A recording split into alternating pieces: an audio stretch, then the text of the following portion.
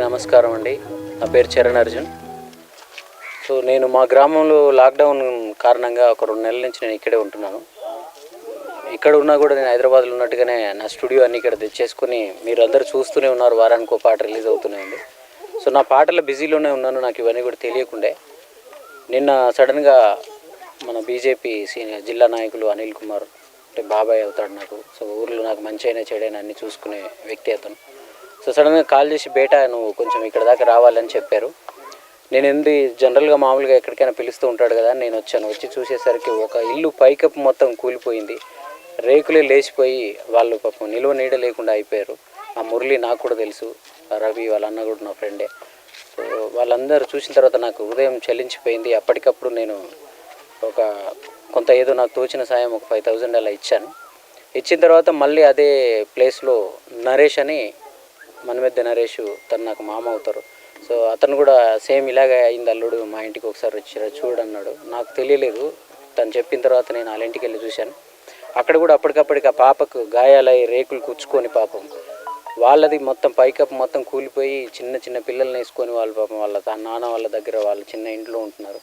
So అప్పటికప్పుడు కూడా వాళ్ళకు 5,000 ఇచ్చాను. ఇచ్చినా నాకు ఎక్కడో సాటిస్ఫాక్షన్ లేదు. దేనికి సరిపోతుంది వీళ్ళు ఇల్లు ఎట్లా పాపం వీళ్ళు ఎలా అవుతారని చెప్పి నేను ఆలోచించుకున్నాను. ఇంతలోపు అనిల్ బాబాయ్ జేఎంసీ గ్రూప్లో పెట్టారు. జేఎంసీ అంటే మా ఛానల్ గ్రూప్. అది జనరల్గా చేసిన సాయం చెప్పుకోకూడదు అంటారు, కానీ ఈ రోజుల్లో చెప్పుకోవాల్సిన అవసరం వచ్చింది. ఎందుకంటే అది చూసి ఇంకొక 4 వస్తారు తప్ప ఎవరు రావట్లేరు. అంటే ఒకరు చేశారంటే ఆటోమేటిక్గా అందరికీ తెలుస్తుంది, ఇన్స్పైర్ అవుతారన్న కారణంగా బాబాయ్ నేను అప్పటికి చెప్పాను వద్దు అలాంటి, ఎందుకంటే లేదు బేటా నువ్వు చేసావని చెప్తే 4 బయట వస్తారు కదా అన్నారు. అనిల్ బాబాయ్ మాట నిజమైంది. ఆ గ్రూప్లో పెట్టిన తర్వాత ఈ మధ్యకాలంలో ఎమోషనల్గా నేను చేస్తున్న సాంగ్స్ కానీ విలువలతో కూడిన పాటల ద్వారా నాకు చాలామంది ఫ్యాన్స్ ఏర్పడ్డారు. ముఖ్యంగా అందులో నివా ఫౌండేషన్ గణేష్ రెడ్డి గారని మీరు చూసే ఉంటారు. ఏమిచ్చావని నిందించకురా నాన్న అని కానీ, అన్నదమ్ముల పాటలో అన్నగా కానీ అవి చేసిన అతను.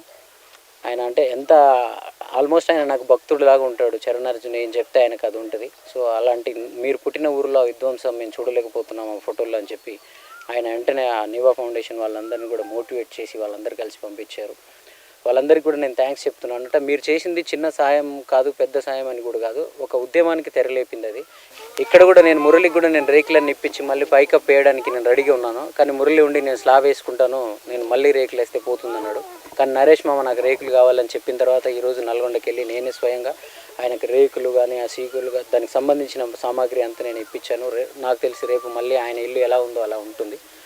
దానికి కారణమైన జేఎంసీ టెలివిజన్, నివా ఫౌండేషన్, సిద్ధు అందరికీ కూడా నేను థ్యాంక్స్ చెప్తున్నాను. నిన్న మధ్యాహ్నం 2:30 ఇక్కడ మేలదుప్పలపల్లి గ్రామంలో అది వీధిగాలులు బాగా వచ్చినాయి.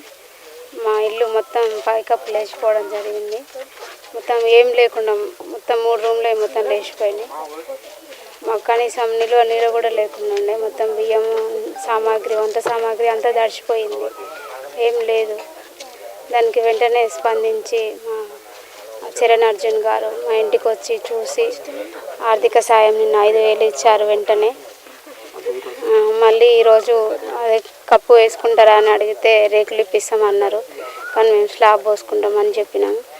దానికి సాయంగా 10,000 ఇవ్వడం జరిగింది ఈరోజు. అందుకు వారికి జిఎంసీ గ్రూప్ వాళ్ళకి, నివా ఫౌండేషన్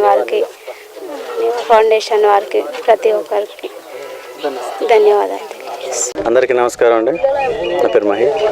మాకు కూడా మన నివా ఫౌండేషన్ మన గణేష్ రెడ్డి గారు జేఎంసీలో one of the part and రైతు సాంగ్ అండ్ నాన్న సాంగ్ అండ్ అన్నదమ్ముల సాంగ్లో యాక్ట్ చేసిన గణేష్ రెడ్డి సార్ గారు వెంటనే ఆయన స్పందించి నివా ఫౌండేషన్ తరఫున మాకు కొంత ఆర్థిక సాయం చేయడం జరిగింది.